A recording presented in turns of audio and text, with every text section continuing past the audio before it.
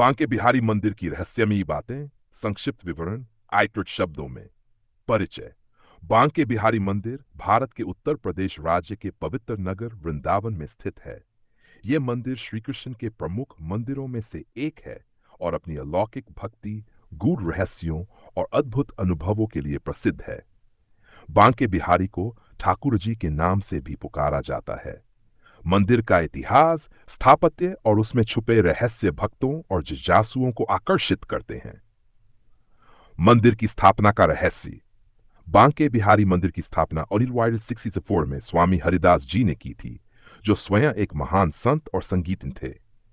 माना जाता है कि स्वामी हरिदास जी ने तपस्या और भक्ति से श्री कृष्ण और राधा रानी को प्रकट किया था। दोनों ने उनके अनुरोध पर एक मूर्ति रूप में विराजमान होकर बांके बिहारी का रूप धारण किया। यह मूर्ति विशेष रूप से अद्वितीय है। इसमें श्री कृष्ण और राधा रानी दोनों की छवि समाहित मानी जाती है। कहा जाता है कि यह प्रतिमा स्वामी हरिदास जी के भक्तिभाव से प्रसन्न होकर स्वयं प्रकट हुई थी।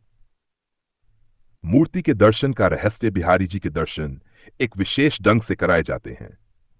भक्तों को मूर्ति के सामने एक बार में अधिक समय तक देखने नहीं दिया जाता। पुजारी प्रत्येक कुछ क्षणों में पर्दा खींचकर मूर्ति को छिपा देते हैं। इसका कारण क्या है? माना जाता है कि बांके बिहारी जी इतने आकर्षक हैं कि यदि कोई उन्हें लगातार देखता रहे तो वह उनकी माया में बन जाता है और सांसारिक जीवन से मोहभंग हो सकता है।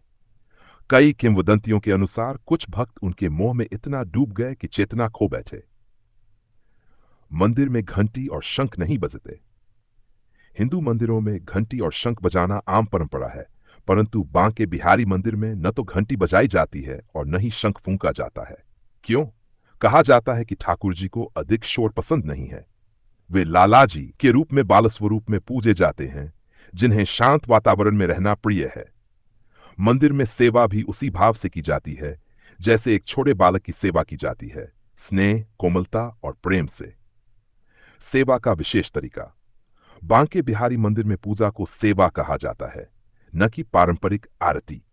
यहां आरती केवल साल में एक बार श्रावण शुक्ल अष्टमी के दिन की जाती है।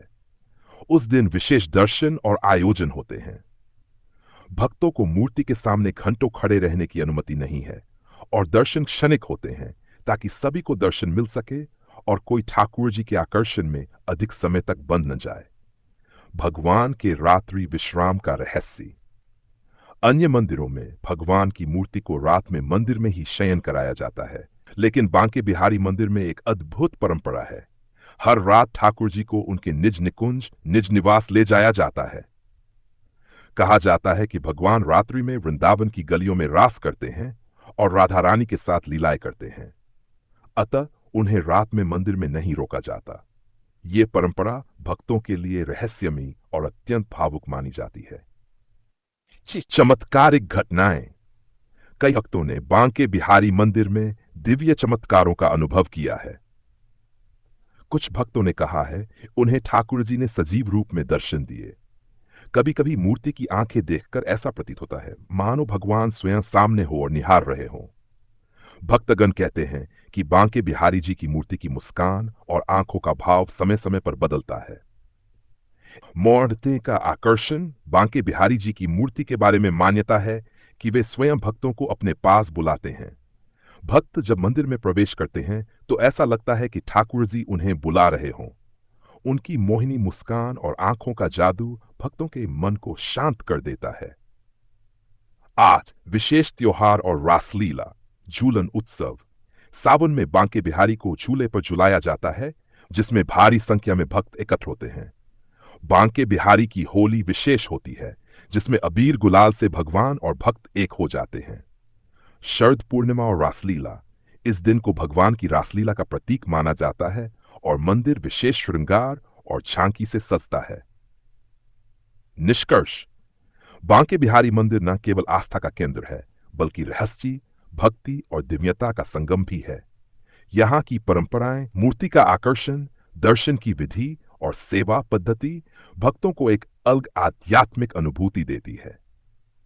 जो एक बार इस मंदिर में दर्शन कर लेता है, उसका मन बार बार खिंचकर वृंदावन की गलियों में आना चाहता है, क्योंकि वहां सिर्फ दर्शन नहीं बल्कि भगवान के साथ आत्मिक संवाद होता है। यदि आप